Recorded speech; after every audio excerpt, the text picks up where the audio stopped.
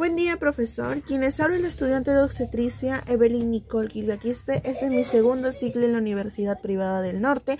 Este es el curso de Estructura y Función Humana a cargo del docente Wilfredo Gerardo López Gabriel. El día de hoy hablaré sobre 4 temas sumamente importantes, que es la pelvis, periné, cabeza y cuello. ¿Pero qué es la pelvis? La pelvis es el área del cuerpo debajo del abdomen que contiene los huesos ilíacos de las caderas, la vejiga y el recto. En las mujeres también contiene la vagina, el cuello del útero, las trompas de falopio y los ovarios. Y en los hombres contiene la próstata y las vesículas seminales. ¿Pero dónde se encuentra la pelvis? Bueno, la pelvis se encuentra en la parte inferior del tronco, que se compone de 3 huesos. El ilión, que es el hueso más grande y más superior de la pelvis, situado en la parte posterior. La pubis, que es el hueso medio de la pelvis, situado en la parte anterior. Y el isquión, que es el hueso inferior de la pelvis, situado en la parte posterior. ¿Y cuál es la función de la pelvis? Bueno, la pelvis cumple varias funciones, entre ellos es de que da soporte mecánico y protección a los órganos pélvicos y del bajo vientre. También articula los miembros inferiores a la porción inferior del tronco y permite la biodinámica de la bipedestación, etc. ¿Cuáles son las partes de la pelvis? Bueno, la pelvis está compuesta por 2 huesos coxales, posteriormente que se ubican en el sacro y en el coxis. Existen 4 tipos de pelvis. La primera es la pelvis ginecoide, que es la pelvis ideal. Los estrechos son amplios y este hecho beneficiará por lo tanto la salida del bebé. Se presenta en 45 a 50% de las mujeres y se caracteriza porque es muy redondeada. La pelvis androide es la más frecuente, que permite el parto por vía vaginal y se presenta en 25% de los pacientes. La siguiente es la pelvis antropoide, que se ve en un 10% de los pacientes. Su característica es de que es ovalada, con lo cual su diámetro es más estrecho y por lo tanto dificulta el paso del bebé. Y finalmente tenemos a la pelvis platipeloide, que es el menos frecuente. Es contraria a la pelvis androide y antropoide. Su diámetro anteroposterior es muy reducido, por lo cual no facilita el parto vaginal. En los huesos de la pelvis encontramos el sacro, el coxis y los coxales. En el contenido pélvico también encontramos el útero, la uretra, la vejiga, las trompas uterinas, el ovario, la vagina y el recto. En los músculos de la pelvis también encontramos el psoas, el ilíaco, el elevador del ano y el isquiococcígeo. El siguiente tema a tratar es el periné. ¿Pero qué es el periné? El periné es la parte del cuerpo que forma el suelo pélvico, donde se encuentran los órganos genitales externos y el ano. Está formado por partes blandas, como los músculos y los ligamentos. El perineo tiene forma de rombo y se divide en 2 triángulos, que es el triángulo anterior y el triángulo posterior. Pero ¿cuáles son los genitales externos femeninos? Bueno, los órganos genitales externos son el monte de Venus, los labios mayores, los labios menores, las glándulas de Bartolino y el clítoris.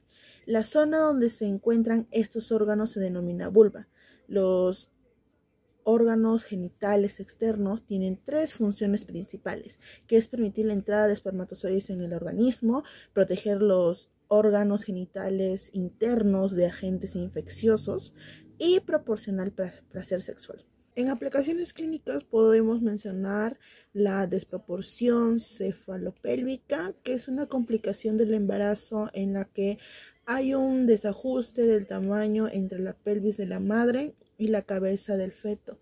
La cabeza del bebé es proporcionalmente demasiado grande, o a la vez la pelvis de la madre es demasiado pequeña para que pueda permitir que el bebé entre por la abertura pélvica. Otra es el incontinencia fecal, que es la incapacidad de controlar la evacuación, lo que provoca que las heces o excremento se escapen inesperadamente del recto. Otra es la incontinencia urinaria, que es la pérdida del control de la vejiga, que es un problema muy frecuente y que a menudo causa vergüenza, ¿no? La intensidad abarca desde perder la orina ocasionalmente cuando toses o estornudas, hasta tener una necesidad de orinar tan repentina y fuerte que no llegues ni a tiempo al baño. Otro es el prolaxo genital, que es cuando los músculos que sostienen los órganos de la pelvis se debilitan y uno o más empiezan a abultarse dentro o incluso fuera de la vagina. Los órganos que pueden tener un prolaxo son la vejiga y el útero.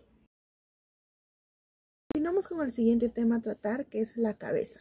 ¿Pero qué es la cabeza ósea? Bueno, es el conjunto de los huesos que forman el esqueleto de la cabeza, como el cráneo y los huesos de la cara, que rodean y protegen el encéfalo y los órganos de los sentidos, y contienen el aparato de la masticación. ¿Y cuál es la función principal de los huesos de la cabeza? Bueno, su función es de proteger al encéfalo y proveer el sitio de adhesión para los músculos faciales. Las dos regiones del cráneo son la región craneal y la facial.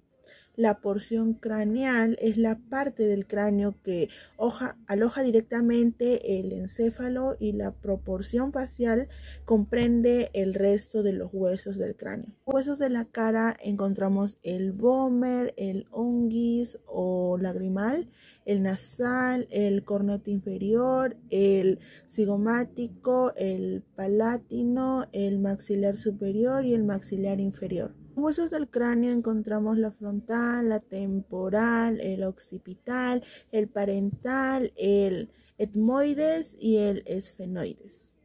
Los músculos de la cara son dos grupos, que son los masticadores y los cutáneos de la cabeza. Los músculos masticadores están la temporal, el massetero, el pterigoideo interno y el pterigoideo externo. Y en los músculos de la cabeza está la frontal y occipital. En aplicaciones clínicas podemos hablar del craneoocistosis, que es un defecto de nacimiento en el cual los huesos del cráneo del bebé se cierran prematuramente. Esto sucede antes de que el cerebro se forme completamente. A medida de que el cerebro del bebé crece, su cráneo se puede ir deformando cada vez más.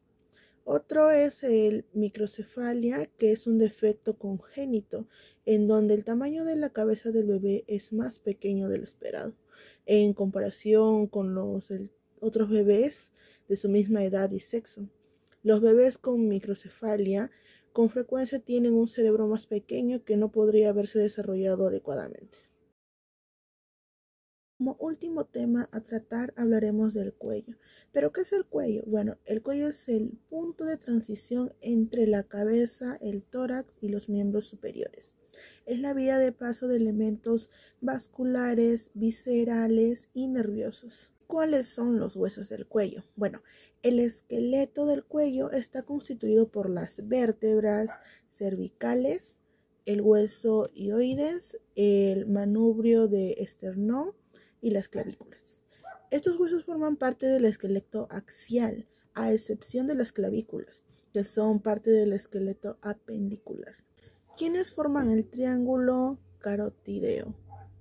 Bueno, el suelo está conformado por partes de la membrana tiroidea, hiogloso y la laringea media e inferior. Está cubierta por el tegumento, fascia superficial y músculo platisma y la fascia profunda. Ramificaciones de las ramas de los nervios cervicales, faciales y cutáneos. También están los vasos y nervios, donde encontramos a la arteria carótida primitiva, a la carótida externa e interna, a la vena yugular interna y al nervio vago. En aplicaciones clínicas podemos mencionar el hipotiroidismo, que es un trastorno en el cual la glándula tiroides no produce la cantidad suficiente de ciertas hormonas cruciales. También podemos hablar del hipertiroidismo, que se produce cuando la glándula tiroides secreta demasiada hormona tiroxina El hipertiroidismo puede acelerar el mecanismo del cuerpo, el metabolismo del cuerpo, lo cual causa la pérdida de peso involuntario y latidos rápidos o irregulares.